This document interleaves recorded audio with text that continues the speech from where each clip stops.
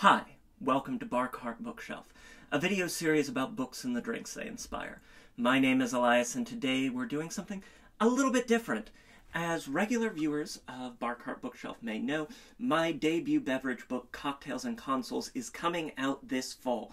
This book is going to be accessible to both new and experienced home bartenders alike, and includes more than 75 recipes for cocktails, mocktails, snacks, and food, all inspired by the wide world of video games. From Colossal Cave Adventure back in the 70s, all the way up to one of my personal favorites, Hades, and beyond.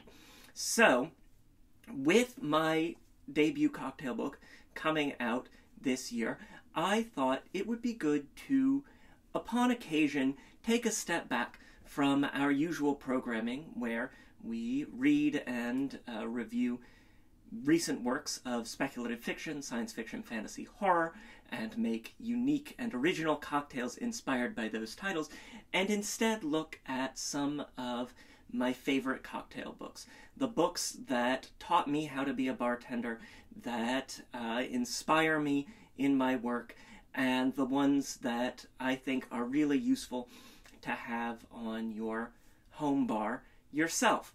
And so I couldn't think of a better possible title to begin this sort of experiment with than the 12-Bottle Bar, which really is the book that taught me how to make drinks. It's one of my absolute favorite books. Back when I worked for the Boston Shaker, this was the book that I sold all the time as an introductory cocktail book. It's really great if you're just starting out, if you're, a new rising senior in college or just graduated and you're looking for that first cocktail book. This is a really great one. Or if you're shopping for someone who is in that age range or just wanting to try things out yourself, 12-Bottle Bar is really great. It's a limited approach to getting started in drinks. The idea is that with just 12 bottles, there are hundreds of drinks that you can make. And this philosophy had really taught me how to work within a limited palette and to reuse ingredients. Regular viewers of Bar Cart Bookshelf will know that we're reusing ingredients all the time. We sure do have some weird ones out there, but when you get that bottle at the liquor store or when you make that syrup that we're going to have a whole range of recipes that you can use it with.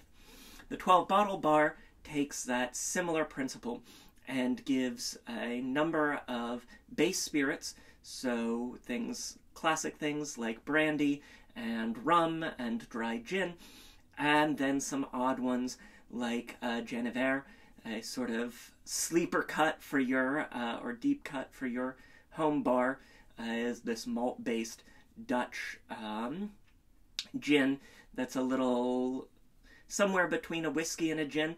Very refreshing and fun. We're going to have a Genever drink coming up later this summer that I'm excited to share with all of you. And then supplements that with additional sorts of modifiers, things like dry and sweet vermouth, triple sec, the orange-based liqueur, and then bitters, aromatic bitters and orange bitters, which are sort of the salt and pepper of the bitters world. It's a really useful book. It gives you ideas for how to use these spirits in a wide range of both original cocktails and those real classics, and just very, very useful. One that I am so grateful to have had in my home bartending life and in my professional life, and one that I wholeheartedly recommend as a fantastic addition to every home bartender's library, and especially for those who are just getting started out. And so, with that in mind, I wanted to make one of my favorite recipes that appears in the book. This is a modern classic cocktail that I make all the time. It's one of my favorites for spring and summer, and I think y'all are really going to like it too. This is the Fitzgerald from 12-Bottle Bar. It was originally invented by one of the grand masters of the cocktail revival, one of the great fathers of this modern movement, Dale DeGroff, whose book, The Art of the Cocktail, we might be visiting as part of this series later on. Another really useful compendium of classic and modern favorite cocktail recipes.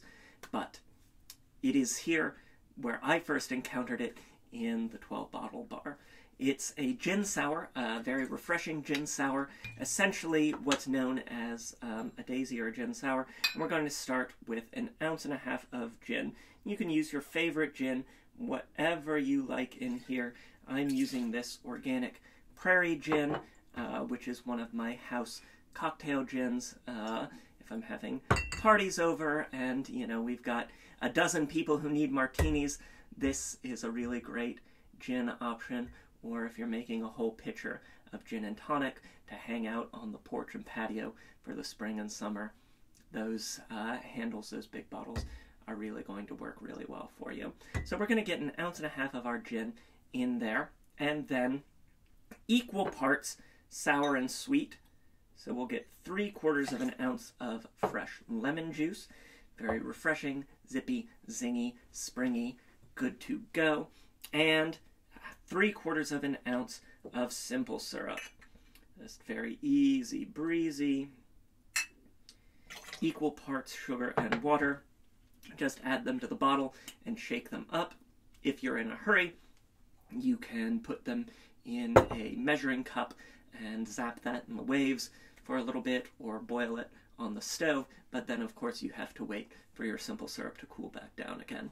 So we've got our strong, our sour, our sweet, and then what really makes this cocktail unique and what helps it to stand out from other shaken sours is the addition of bitters. We've seen in a number of our unique cocktails inspired by books here on Bar Cart Bookshelf, the way that bitters can really change the format of a drink. And so we're going to add just a couple of dashes of Peychaud aromatic bitters. I really love the Peychaud bitters in this recipe because it has that like anise, that rose hip, that pink red quality that plays really well with the herbal flavors of the gin. You can also use an aromatic bitters like Angostura. It's going to be just a little bit more of that baking spice note, but both are going to be really excellent. And so we'll get just a couple of dashes, 2, 3, in there. And remember with bitters, as always, it's easy to add more, hard to add less. So maybe make one for a friend, make one for yourself, see where you want to be in the bitters realm.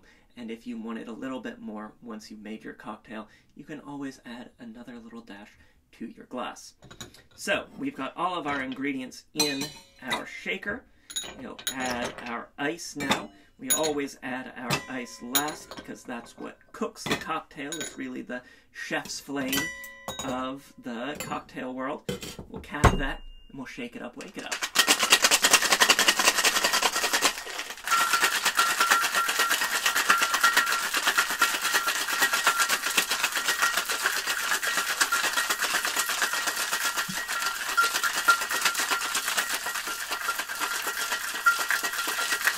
There we go. Nice, frothy, frosty, refreshing. You can see the way that that frost forms on the exterior of your shaker tins. Get your hawthorn strainer and strain into a stemmed cocktail glass. Perfect. And you can see it's a very lovely, pretty pink color, very refreshing. It smells just beautifully like the fresh lemon juice, that herbal lemon peel and juniper quality of the gin, the rose hip and licorice that we get from the Peychaud bitters, and just a very wonderful and refreshing spring and summer sour. And so there you have it. This is the Fitzgerald as it appears in the 12-bottle bar by David Solmonson and Lesley Jacobs Solmonson. The 12-bottle bar is available now. I've got a link in the description below, as well as a link to pre-order Cocktails and Consoles, my book that will be coming out in September. And I hope that you all love it as much as I loved writing it. We've got links to various forms of social media, including Twitter, Instagram, and Blue Sky, where there's always a written version of today's recipe. Try the drink, let me know what you think. It's really one of my favorite modern classics. Hit that like button. It makes me so very, very happy when you do. And until next time, cheers.